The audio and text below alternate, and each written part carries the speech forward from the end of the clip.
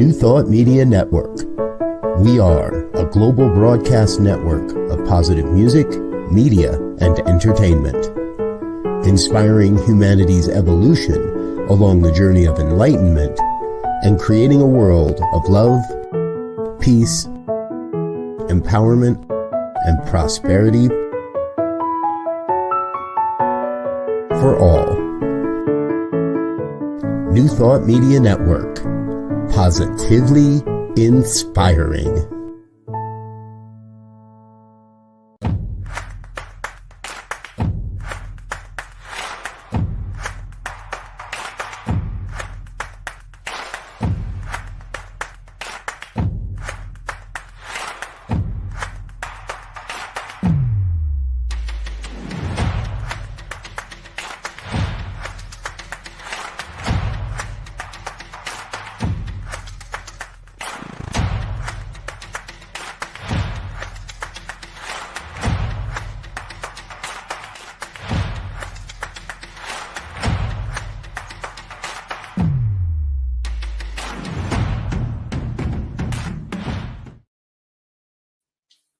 Hello, my friends, and thank you for joining us today for Spiritual Toolkit.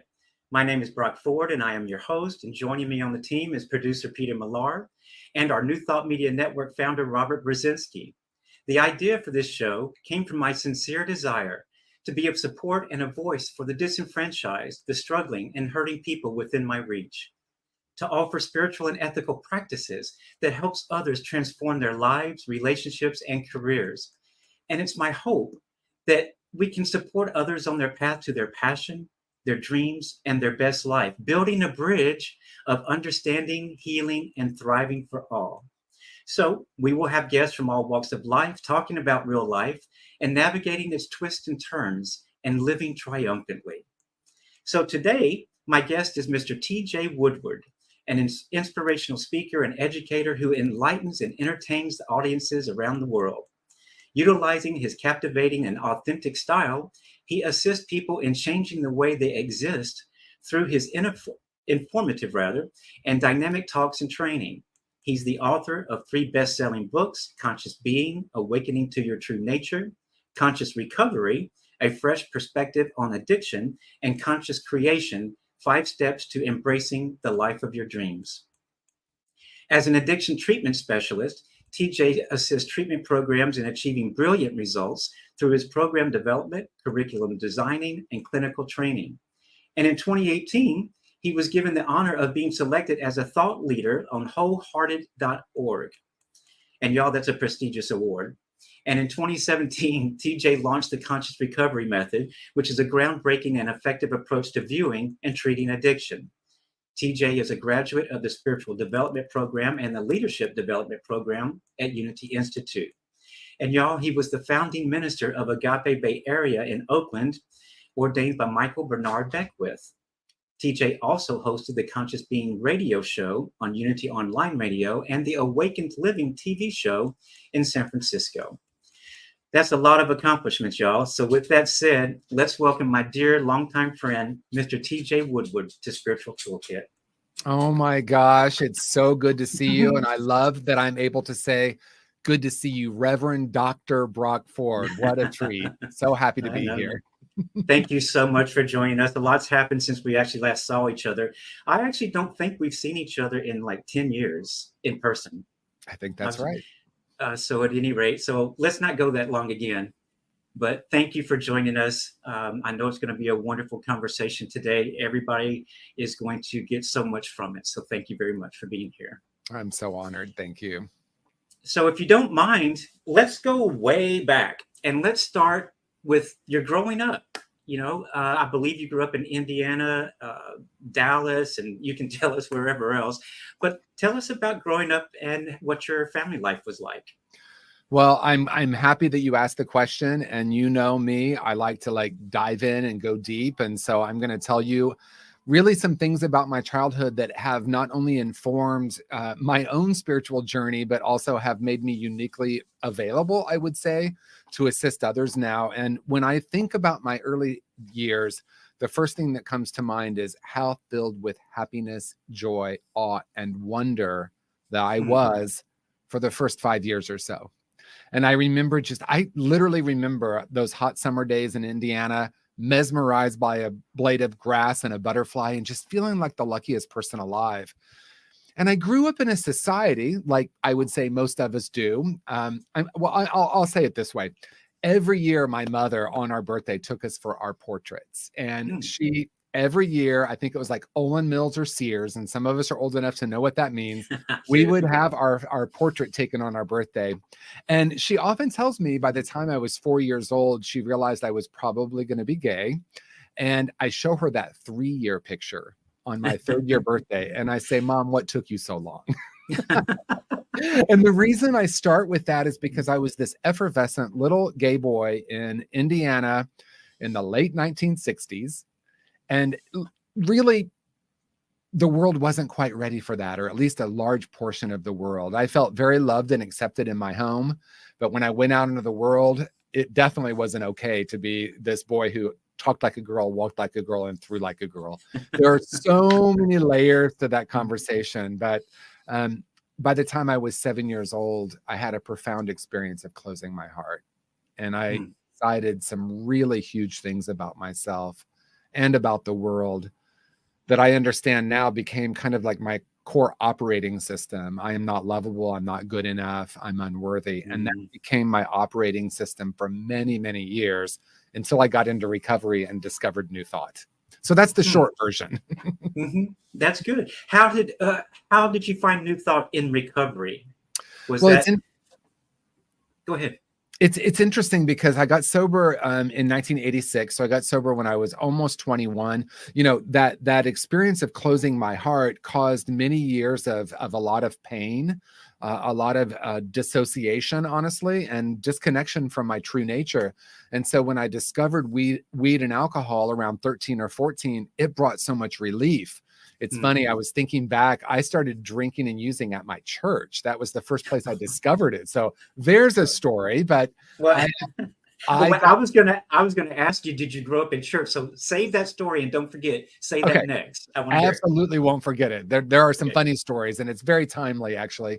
But I got sober just before I turned 21, and a friend of mine had the Daily Word, and I was reading the Daily Word every time I went to his house, and I didn't know it was connected to a community. And I think it was 88 or 89. I'm not always clear on the year, but I walked into my first Unity in Dallas. It was a small little Unity. I felt like I had arrived home for the first time, and everything I was reading in Daily Word just rang true for me. So when I found that community, it was as if I had come home. Speaking of Dallas and Unity, did you go to the one on Greenville or the one on Forest Avenue? I went to the one on Greenville. See, you know these. So the one on Greenville was a smaller community, very, very sweet. I don't even remember their name, but it was a married couple who were the ministers, and then their daughter was the musician, and it was just such a beautiful experience. I moved to Dallas in December 16th, 1996, I believe it was. No, that's when I moved to San Francisco. I moved to Dallas in 1987. Wow. And it was 1987. And because I knew Unity and grew up in Unity, I looked for the Unity Church, and I went to the one on Greenville. So I don't know if you were there then or not, but it was a husband and wife, older husband and wife minister team. Oh my goodness, we were there together because I moved to Dallas. Well, I got sober in 86. I moved to Dallas in 83, and I moved to San Francisco in 91. So in 88, 89, and 90, I absolutely, during those years, certainly 90 and 91, I was at that little Unity on Greenville, and I just loved it. I had a small group of friends, and we went to Unity every Sunday, and then we would go to the San Francisco Rose on Greenville for brunch and talk about what we learned. And it was also new for us, and it was just a time of great enthusiasm. Well, how amazing our lives pass. Yeah. Wonderful. And speaking of Unity, what church did you grow up in? You said you did grow up in church. What type of church was that, and what was that experience like? I grew up in the Episcopal Church, and I grew up singing in a very traditional men and boys choir, like a very English style. And it's kind of funny that we're talking about this today because I'm going to London tomorrow for the first time since I was there singing, when I sang at St. Paul's Cathedral, Westminster Abbey, Canterbury Cathedral. So I'm going to go visit all those places this weekend. And it's really What I loved about growing up in that church is I wasn't really picking up on anything that was being said, but I remember the felt sense, the energy. I was very much about the music and about the experience. And if you know anything about the Episcopal Church or the Church of England, I call it guilt-free Catholicism. I know it's probably not really fair to say that, but I didn't grow up with this idea of a punishing God.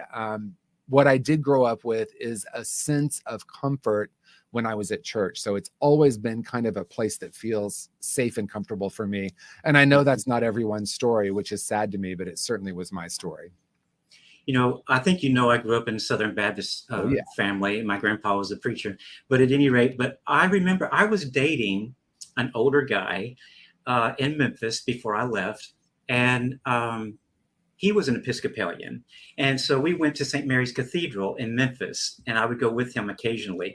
I loved all the pomp and circumstance and whatever you call it, and the incense and all those things.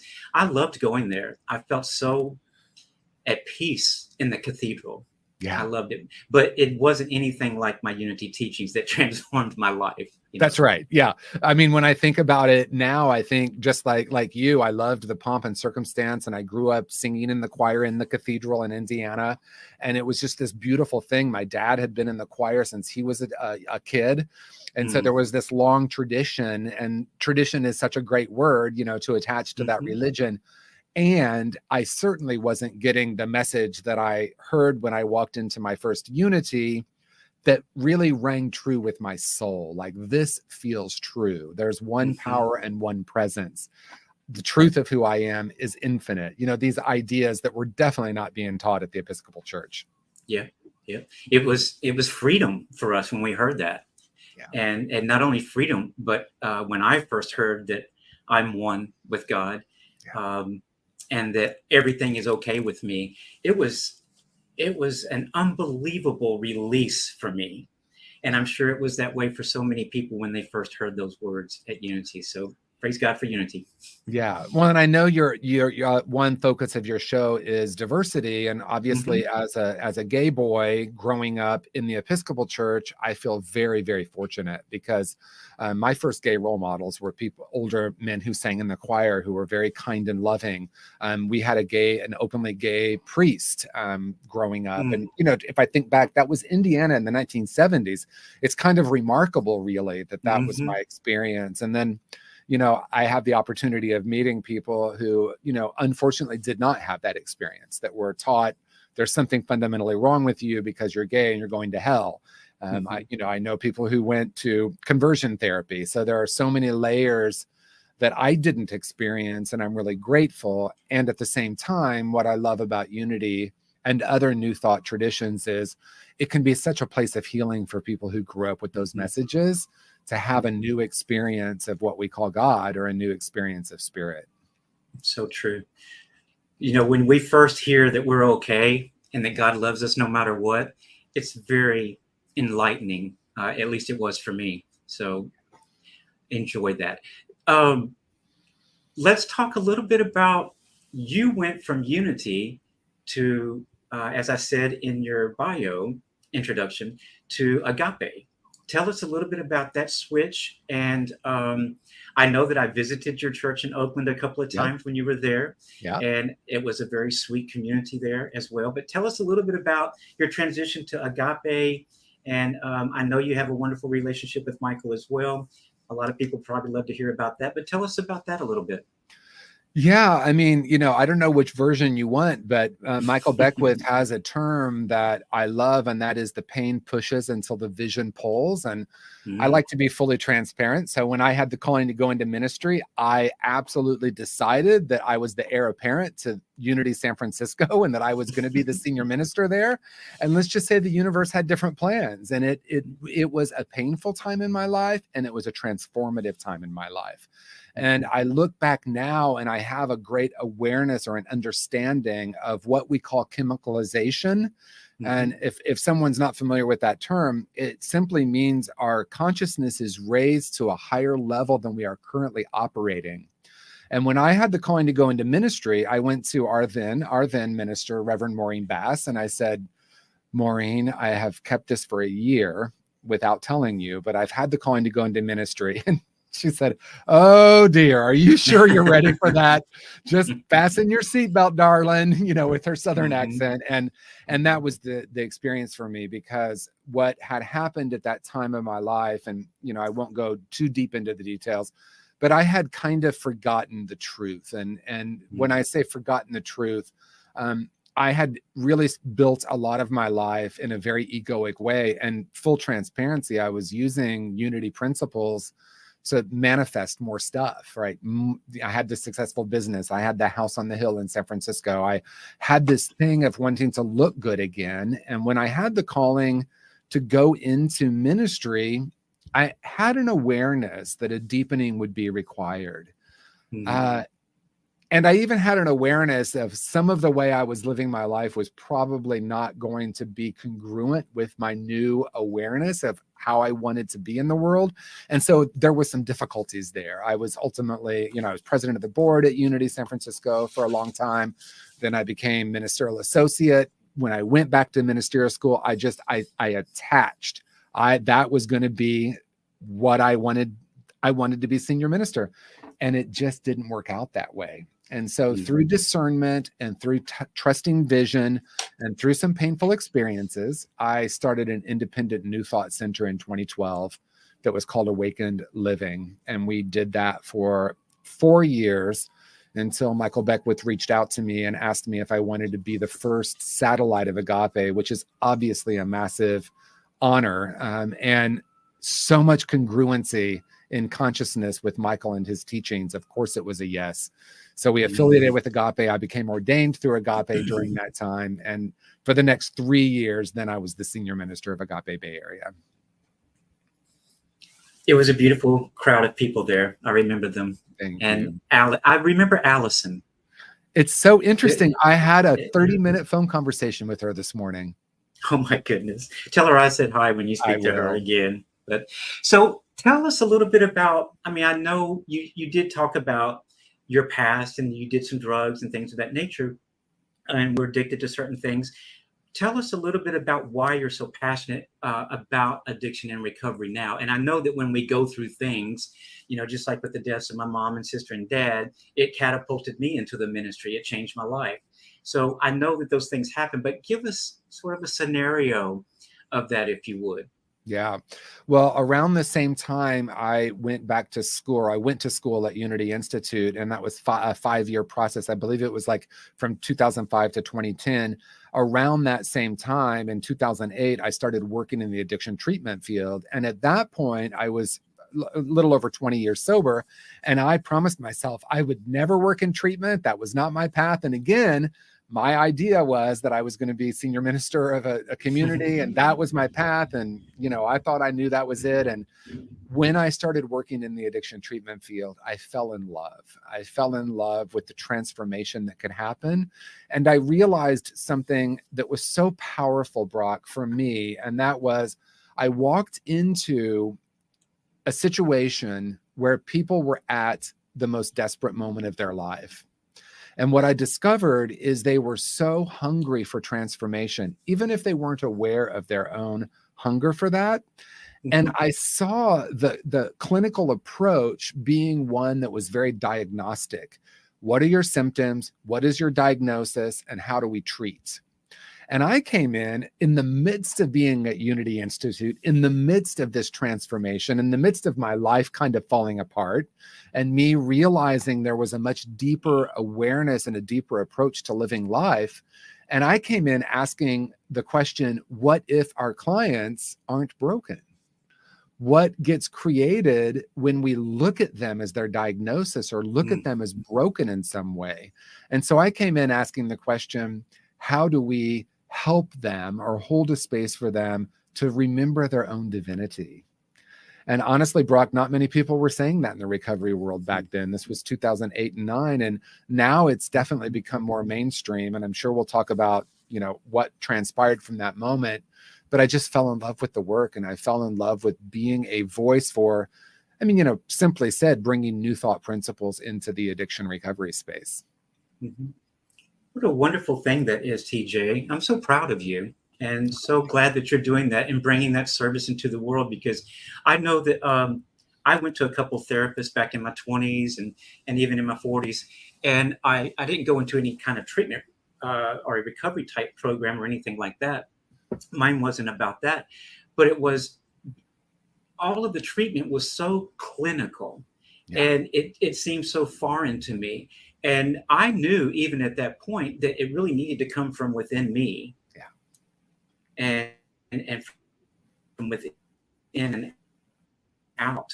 And but I didn't understand how that all worked at that point. I know that what you're doing is groundbreaking. I don't know of any other out there, not that I look it all up or anything, but I have not heard of anyone that's bringing the new thought principles, the Christ Jesus principles, into the recovery program. So kudos to you for doing that.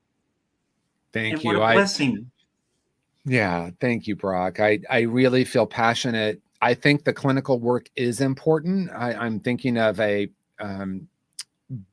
Buddhist proverb or an Indian proverb that says we're a house with 4 rooms: physical, intellectual, emotional, and spiritual, and that it's important for us to spend time in each of those rooms. And I think so many, like you said, when I went to therapy too, like I had a therapist and she was wonderful, and I was able to see patterns in my life and understand, the traumatic events that led to why I was the way I was, but I didn't really know how to actually transform those things. I had an intellectual understanding, and not all therapy, but some therapy lives in the mind, which can take us really far. But then there's the spiritual piece. And when I say spiritual, I mean reconnecting with our true nature, knowing that we're a spark of divinity.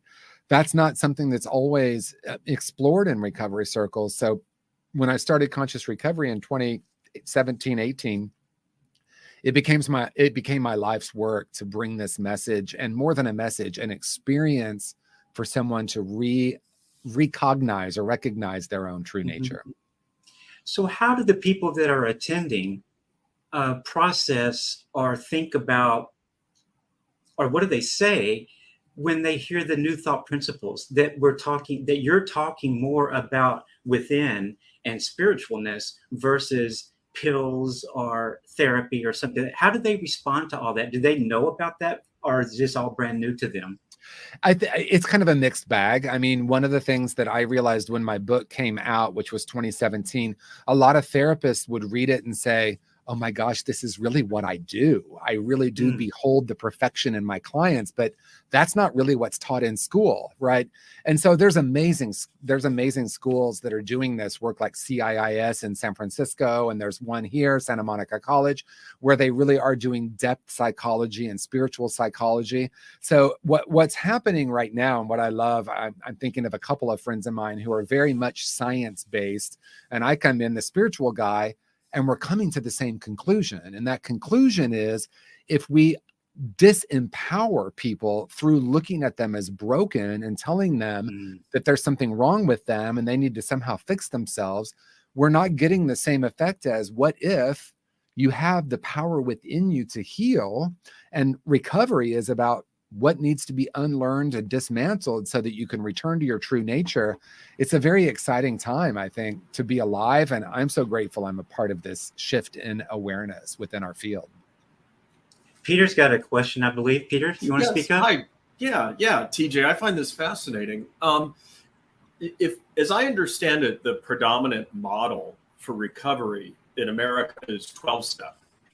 And my understanding of 12-step is that there is a religious component. There's, you're helpless, you've got to give yourself over to God.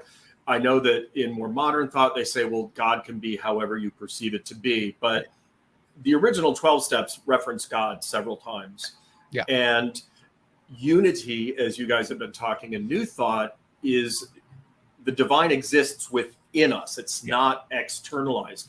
How does your work mesh or not mesh as well with the 12-step models? I love your question. And I'll start with talking about the brilliance of 12-step and how, talk about groundbreaking. This is in 1935, these guys came up with something from the Oxford movement, which was kind of part of the Episcopal Church, interestingly enough, that was something profound, because at the time, the model was you're morally deficient people, right? People were being locked away in insane asylums. That's what they called them then, because of their addiction. So for them to come along and say, you're not a deficient person, you have a disease, that was groundbreaking. And so the idea that we surrender to a God up there and out there also was something that was really very innovative and new at the time, because people were trying to heal addiction with no spirit at all. So I start with that by saying, yay, 12 steps, saving millions of lives over the years. I come along with conscious recovery, and I'm always very careful to say, my intention for conscious recovery isn't to become an alternative or a support group. It's an additional resource for treatment programs, for people in recovery. And honestly, when the book came out, before I developed the whole system of care for treatment programs, the number one group of people who were reaching out to me and saying, oh my gosh, thank you, were people in 12-step recovery, 2 years sober. I just kept hearing it over and over and over again. Wow. And it's because they had gone really far with 12-step, but they knew that there was something more spiritually for them to connect with.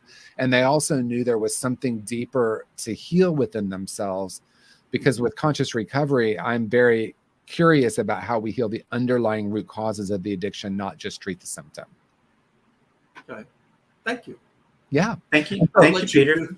You're welcome. I'll let you two continue now. Thank you. Well, and just another thing with that, it's like, I think in some ways the concepts in conscious recovery might seem really counter to 12-step. And in other ways, they're very congruent, right? So like the idea of, there's something wrong with me and I need to surrender. My version of that in conscious recovery is much more of a new thought approach. And that is, when I have separated from my true nature, right? Okay. When I separate from my true nature, I believe I'm broken, and then I act broken in the world, right? There's a focus on character. Okay, see, now that rings the bell for me. Yes. I know some people in 12-step programs, and especially early on in their recovery. A very dear friend of mine is years and years and years, and he is not like this now, but so much self-defining based on what he was seeing in 12-step. And I understand it was very supportive for him to stop drinking. But it was, wow, you're really defining yourself externally now. And that was uncomfortable to see, because I do like these principles where we can envision and manifest our destiny. But of course, that's like a varsity level skill to be able to do that. And so I'm sure there's steps, no pun intended, before the embracing one's own divinity and using that, being empowered by it. Exactly. And I love what you're saying, because that was me. When I discovered recovery and I went to 12-step meetings, I thought it was the one and only answer, and I was proselytizing. It was the one and only answer. Right. And I bought everything that I heard in every meeting. And then as I stayed around a while, then I found unity. And then I started to realize that, as Brock said, with 12-step, it's identifying your own sense of a higher power. And that began to change rapidly for me, and it started to expand. And there's room for that within 12-step. That's what I love about it. And just like any movement, there's going to be people that are kind of maybe rigid about it. There's people like that at Unity, right? There's people like that in every, and so I was that person. So I have a lot of compassion for that. And it's a process, right? Because I think I had to heal some of my shame in order for me to understand that I was even worthy of imagining that I might be a spark of divinity. Yeah, Brene Brown has been transformational for me, her work on shame. And I think that gay men were just raised to be ashamed, to live in a state of shame. And that's right. And when that's programmed in so early, it's really hard to shake that. Yeah. With conscious recovery, I identify the 3 root causes of addiction as unresolved trauma, spiritual disconnection, and toxic shame. And when when I think about gay men, or anyone in the alphabet, if you will, anyone in the community, I know it's changing, but for any of us of a certain age, we have all three of them. It's almost an automatic, right? Even though I didn't grow up in a church that was telling me there's something fundamentally wrong with you, I did hear that at school. I did get called the F word on a daily basis, right? So like, I didn't not absorb the shame of just being who I am. So I agree completely. Healing that is so important for us. Well, I think that whole notion of when we're separated from our true self, when we're not in touch and embracing our true self, we move through the world as though we are damaged, and damaged people create more damage, sort of. That's right. But anyway, I'm hijacking Brock's show. I mean, I don't know if Brock's okay with this, but I love this. But no, it's all good. One of the things when because 100% correct, damaged people, hurt people, hurt people. The great news, and the three of us know this, and I'm guessing people watching now also know this, the great news is healed people heal people. And I have played both roles. I'm not going to be here to tell you that like I discovered unity and it was this beautiful path toward enlightenment. That was, I went through some really dark times. During my recovery, I forgot who I was, and I was acting out of, as my friend Temple Hay says, my woundology, and I was causing harm in the world again, right? So it really is not about this idea of becoming good. It's this idea of becoming more and more who we truly are. And I had this profoundly simple idea, and that is, when we know the truth of who we are not causing harm in the world. We are being love in the world.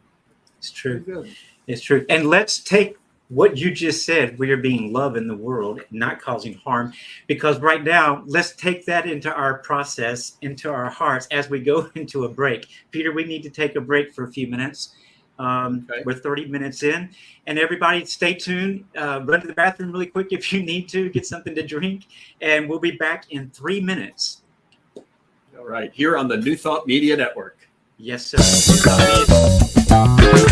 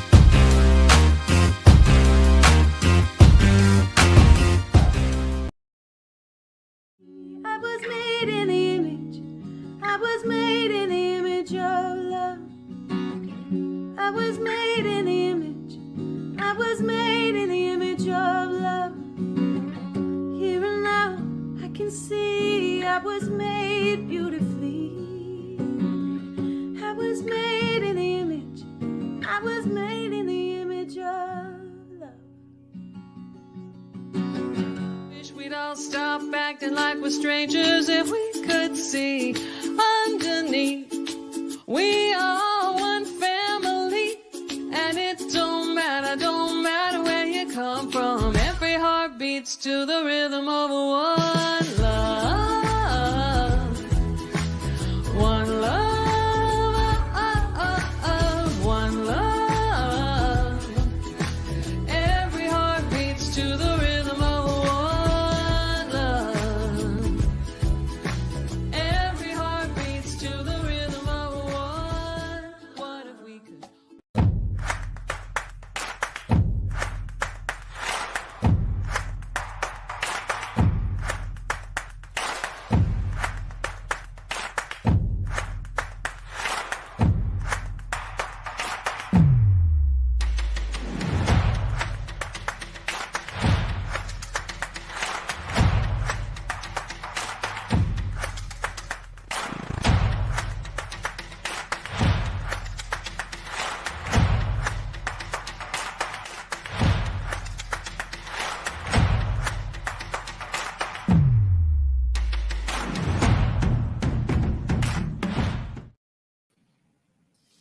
And we're back, everyone. Thank you for joining us. Welcome back, TJ. Thank you for being here, and thank you, Peter. Thank So you, we Brock. left. You're welcome. When we left, we were talking about conscious recovery. So that was actually my next question to get into. So we've talked a little bit about it, but let's get into it a little bit deeper. And then also, and we've only got about 20 minutes left, y'all. So there's a lot. I have this much more I want to talk about. So at any rate, conscious recovery and your other two books, or however many there are, tell us a little bit, give us some insight into I know how this came about, and you sort of talked about that, but talk about those three books a little bit. Yeah. Those are your mainstay. Yeah. I mean, conscious recovery, I'll focus on that since you're asking that. When I started working in the field, as I said, in 2008 or 2009, I discovered there was such a strong focus on treating symptoms and behaviors instead of really getting down to the actual root causes that drive addiction. And with heartbreaking, I guess, clarity, I was seeing people come back to treatment 5, 6, 7, 8, 9, even more times. And we were still doing this kind of one approach, right? Which was a very clinical diagnostic approach. And I realized through working with some very phenomenal clinicians that there is a place for all of it, and that there's not one answer to addiction and recovery. And when we come together and offer different pieces to the puzzle, if you will, we can create truly integrated treatment. And a lot of treatment programs say we're holistic and integrated, but what does that mean, right? And so I really realized at some point that my calling now, for however much longer, is to bring this message of conscious recovery, to add the spiritual piece to the addiction process, the recovery process with addiction and with mental health concerns. So it started as curriculum that I was facilitating at a treatment program in Sausalito, and I was getting these phenomenal results. And it was really, Brock, like what you and I had been doing in New Thought for so long. And I knew that when people truly experienced their own divinity, their own true nature, there was a shift that can happen that's so much more powerful than anything that happens in the mind. Then I wrote the book, Conscious Recovery, in 2017, and then a series of workbooks. And now I've developed curriculum. What I do mostly with conscious recovery is I travel now around the world. I'm leaving for London tomorrow to go do a training at a program. But it really is about creating a space for clinicians to understand what gets created when we view our clients as broken, and what could get or does get created when we look at them as having the inherent ability to heal themselves, and we're here to actually guide them and help them. So that's become my life's passion now. But you know, what came to mind just then was that you are supporting the supporters. Yes. You know, the people that are in the work. And that's what Martha Creek does. You know, she says that she is there to support the ministers doing the work. So what a wonderful thing, TJ. Thank you. As a matter of fact, each year I create a theme for myself, and this year's theme is Healing the Healers. Conscious Recovery has an annual conference every year, and it's coming up in 2 weeks in Orange County. And the theme for this conference this year is Healing the Healers, the Emergence of Authenticity. So I bring together people in our field that are having this deeper conversation about exactly what you just said. People are feeling really burnt out working in the field. And for me, I discovered something that is profoundly simple. And that is, if I think my clients are broken and it's my job to fix them, it's exhausting. And it's also not very effective. So the whole conference is based on how we can start to view ourselves and our clients differently. Well, I get chills just hearing you say that. Would you, I saw a quote. I'm going to read this quote really quick about you. And it stated, TJ is changing the conversation about addiction and mental health because he recognizes that underneath all maladaptive behavior is an essential self that is whole and perfect. Will you help me personally understand the maladaptive part and what you mean by that? Yeah. So if it's true, and it's true for me for sure, that we come into the world as a whole and perfect spiritual being, and if that doesn't work for someone who's watching or listening, let's say we come in as a blank canvas, and then we absorb the world. We absorb the conditions of the world, the messages that we hear. Parents, like my parents were in a loveless marriage. I absorbed that. I developed what I call core false beliefs about myself, and those become the operating system. And we know in New Thought that that becomes an energy or a frequency, right? So Mhm. no matter how hard I try, I keep finding myself in relationships that are confirming I'm not lovable or I'm not good enough. And so most of the treatment focuses on the symptoms, the relationship issues, the addiction, the mental health diagnosis. And with conscious recovery, we ask what's in the unconscious or the subconscious that is actually running the show. And then we develop what some might call coping mechanisms. I call them brilliant strategies. Mhm. In clinical terms, we call them maladaptive behaviors. And all that means is I discover something that brings me relief, and then it works until it doesn't. And then it's not actually working, but I'm continuing to do it. So that can be an addiction, that can be a behavior, that can be over shopping, that can be, a porn addiction. It can be a lot of different things. And so with conscious recovery, I say underneath all of that, there is an essential self that's whole and perfect. And the journey of recovering is really reclaiming that truth. And then pretty much questioning and unlearning just about everything that has stood in the way of me knowing that. Thank you for that. And now I understand what maladaptive means. Thank you. Yeah. So that really is sort of the secret to conscious living, isn't it? What you just said. I mean, what would you call the secret to conscious living? I mean, what is the path? Well, I think when we think about consciousness or conscious, because my books are conscious being, conscious recovery, and conscious creation. So obviously there's a couple different ways to talk about it, right? And, in New Thought, we talk about relative and ultimate reality. And that's the same with consciousness, right? There's collective consciousness. In other words, the ideas and beliefs that we collectively agree upon, and that's different culturally based on race or age or ethnicity or socioeconomic status. But we get taught things that become our operating system, if you will, or the way we see the world. And that's relative consciousness. What affects that is, as I was saying before, what gets trapped in the unconscious. And I love what Carl Jung said, until we make the unconscious conscious, it will direct our life and we will call it fate. And so what's living in the unconscious? If you plant a maple seed, you will get a maple tree. And so if I plant an I'm not lovable seed, I'm going to see it everywhere, right? Where I'm projecting that onto everything. And really, it's not about trimming the branches or putting some pretty lights on the tree. It's about getting down to that root. The analogy continues to work. Getting down to the root. It's not even cutting the tree down. It's where did this seed develop? How do I start to heal that seed and ultimately return to that place that is pure consciousness, which is God, source, essence, beingness, whatever word we use to describe the place within us that is unharmed and unharmable. Thank you for that.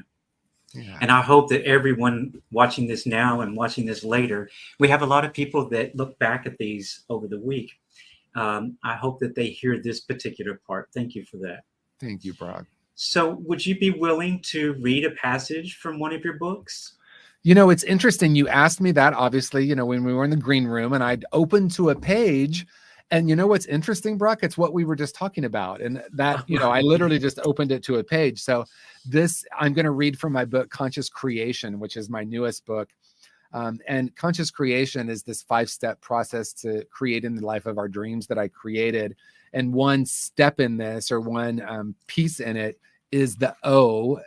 It's a 5-step process movie, MOVIE. We can talk about that later if we have time.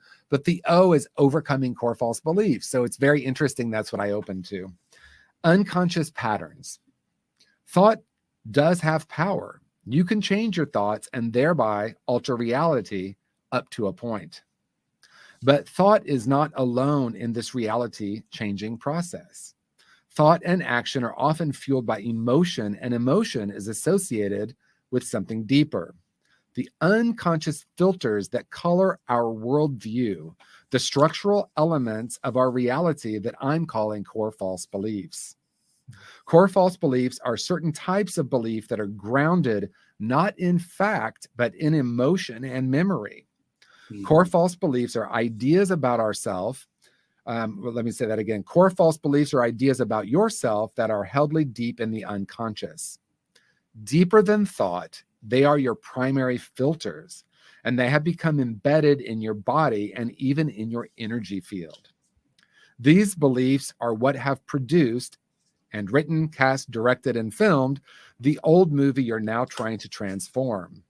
And unless you acknowledge that producer, become aware of it, and start to evaluate the way it works, you won't be able to write a new script, much less put it into production. Unless you get down to these beliefs and bring them into conscious awareness, these unconscious beliefs will be in charge, not you. Hmm. And isn't it interesting that that's exactly what we were just talking about? It was.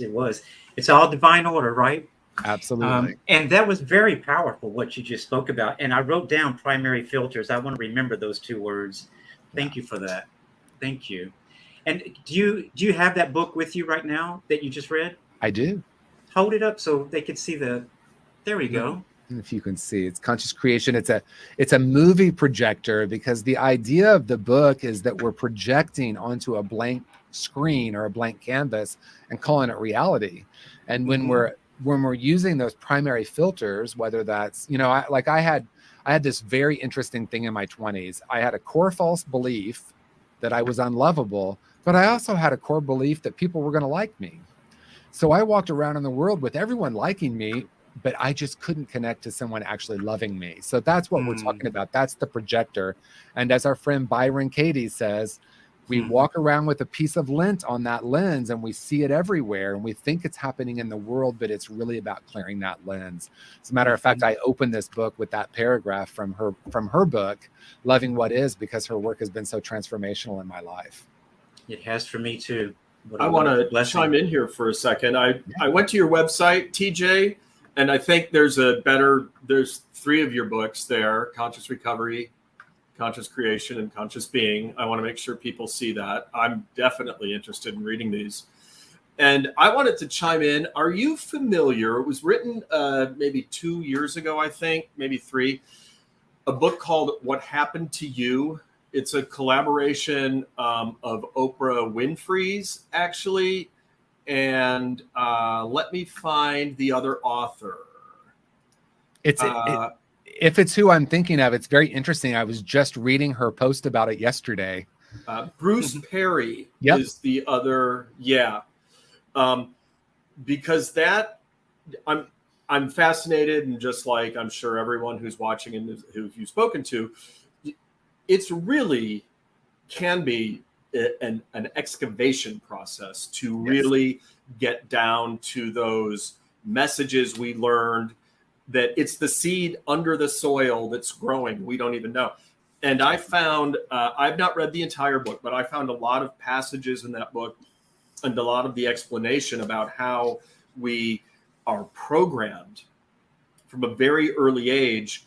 And the author, Perry, talks a lot about how as children, as babies, as newborns, we are sponges. We absorb everything because that's our job, we're new in the world. We got to figure it out. And how, unfortunately, we're not always exposed to positive, reinforcing, loving messages and things like that. And so I suggest it to people who are fascinated by what you're saying right there. And if they want to even go further and learn some stuff about it, it's a very informative resource. It sounds like there's a lot of congruency there. I mean, it's interesting. Yeah. There's two things that are coming to mind as you're speaking. One is, if we look at brain development as a very small child, our brains aren't even developed. So we don't have the cognitive ability to understand what's happening. We are purely absorbing energy. Mm-hmm. And so sometimes when I say 80 to 90% of the way we communicate is through energy, if anyone has pushback on that, we go to the brain science of it, right? Yeah. Because that's why we know that trauma that happens in the first 5 years of life can often be more significant than later traumas, because we absorb. Like a very small child who is sexually abused, for example, believes it's their fault somehow. or that Sure. they did something wrong, that they are wrong. And it's because our minds at certain developmental stages are, if mommy's mad, I'm bad. If daddy is absent, I'm unlovable. It Yeah. doesn't need to make cognitive sense. And I come alive with this conversation, because what happens is so many of the approaches or the ways we try to frame it is we try to change our relationship with these core false beliefs through the mind, but they Right. didn't originate in the mind. They originated in the body, in the psyche, in the spirit. And what I add to the entire conversation that you just said is, yes, and in addition to that, there's a place that's unharmed and unharmable. There's a spiritual essence about you. And when we connect with that, and we didn't really ever disconnect, but when we develop a relationship with that part of ourselves, that makes the healing of all of this so much different than if we believe we are our trauma. And so that's why, I could talk for a whole hour on trauma healing, but a lot of times we think people aren't ready to heal the trauma because they think it's about going back and re-experiencing the trauma, but they also believe that they're fundamentally broken because of the trauma. And I'm saying, what if that's not the whole story? Yeah, right. No, I think that's fantastic. I think that, and my recollection of what I read in this particular book is it does take some of the more clinical sort of look at it, and that element that you're speaking about is just such an important part of making that leap from I'm damaged to, oh no, I was exposed to damaging thoughts, but I'm still resilient. Yeah. And that's where Exactly. we could say a part of me feels damaged. A part of me feels wounded. We don't want to pretend like that's not true. I mean, Brock, you and I have been around long enough to know that we can do a spiritual bypass where we just say, oh, that didn't hurt me. I'm whole and perfect and everything's great. God is who I am. Yeah, but you were traumatized. So there's still these wounds that might need tending to. I'm not saying they absolutely need tending to, but when we anchor into spirit as a starting point, I think that the ability to actually work through those and walk through those is dramatically greater than to someone who doesn't have a relationship with that spiritual essence. And that's really my work. It's really blending these two. It's not this or that, it's this and that. This and that. Thank you for that as well. Yeah. We've got about 6 minutes. Oh my goodness. I know, it's already gone so fast. TJ, well, first off, will you come back in a couple of months and let's go deeper? Because here's what I want to talk about if you say yes. Yeah. The trauma healing. Let's get into the trauma healing next time. Let's do it. Spend an hour on that. But I'll call you and we'll set up another date in a couple of months. But what if you were just out in the world at a bus stop or waiting on your Uber to come in LA or something? What would you just say to someone that said they were hurting and needed some kind of support? What's one sentence that you would say to someone that you maybe didn't even know to help uplift them? Well, I'm gonna actually, of course, I'm not gonna exactly, and I'm gonna say there's two things I'll say. I'm gonna first start with this. No matter what has happened to you, no matter what you have done in the world, there is a place within you that is whole and perfect and that is unharmed and unharmable. And you deserve a life filled with love, joy, and connection. You came into the world as a precious, beautiful being, and that's still who you are. And your journey now is a journey of remembering that. That's one piece. And then the second piece is a more practical piece, and that is find a community who supports that. That has been life-changing for me. It's very popular to say, find a like-minded community. I don't even know if you need a like-minded community. I think it's more about a community of people dedicated to knowing that truth. I have friends who have very different points of view about any political issue. Just name one. We would probably find a way to disagree. And at the heart of it, we know that who we are is infinite beings. And when we find a community of people dedicated to seeing that and knowing that, that might be a unity community. It might be a Centers for Spiritual Living. It might be a 12-step meeting. It might be a support group. We're not sure exactly where we're going to find it, but that has been the most transformational in my life. That is so true. And and thank you for those words. And I would say that last part to someone as well, at any time is find a network of people, find some people. And I can say that truly, meeting Martha changed my life completely. Yeah. But Affiliated New Thought Network, that group of people, I know they love me. There's no doubt. And I know that they respect me and that they like me. And they're glad that I'm part of the board.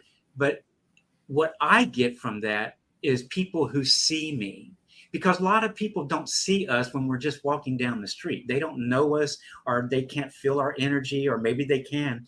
But when you find that tribe, that soul tribe that you came into this world with, and you're reconnected, it is the most amazing friendship.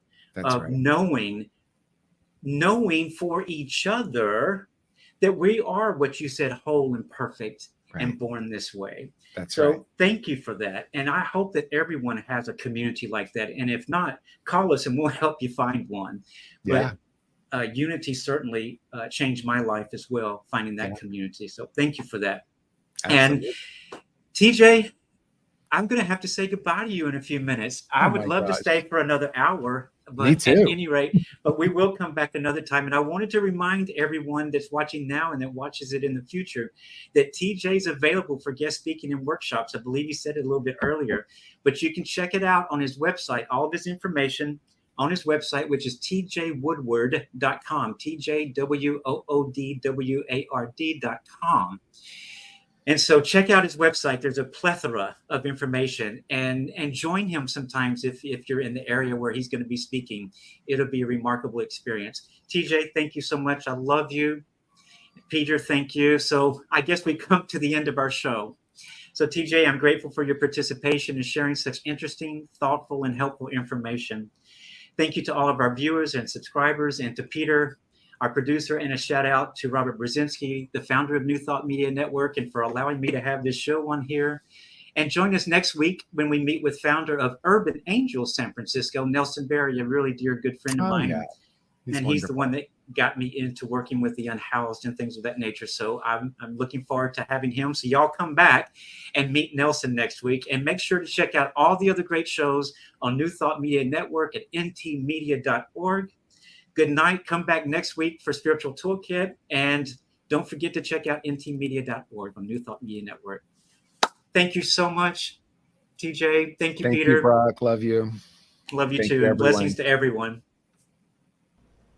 Please help us say thank you to our organizational sponsors, including the Hepperlin Foundation, Affiliated New Thought Network, International New Thought Alliance, Science of Mind Archives and Library Foundation, Center for Spiritual Living Denver, Center for Spiritual Living Midtown, New Thought Philadelphia, Planned Happiness Institute, Summit Center for Spiritual Living, One Heart Retreats, Center for Spiritual Living on the Lake, Unity Spiritual Center Kitchener, Home Center for Spiritual Living La Mesa, Satya Center, Center for Spiritual Living North Jersey, Unity of Savannah, and Center for Spiritual Living Seattle, as well as all of our individual donors.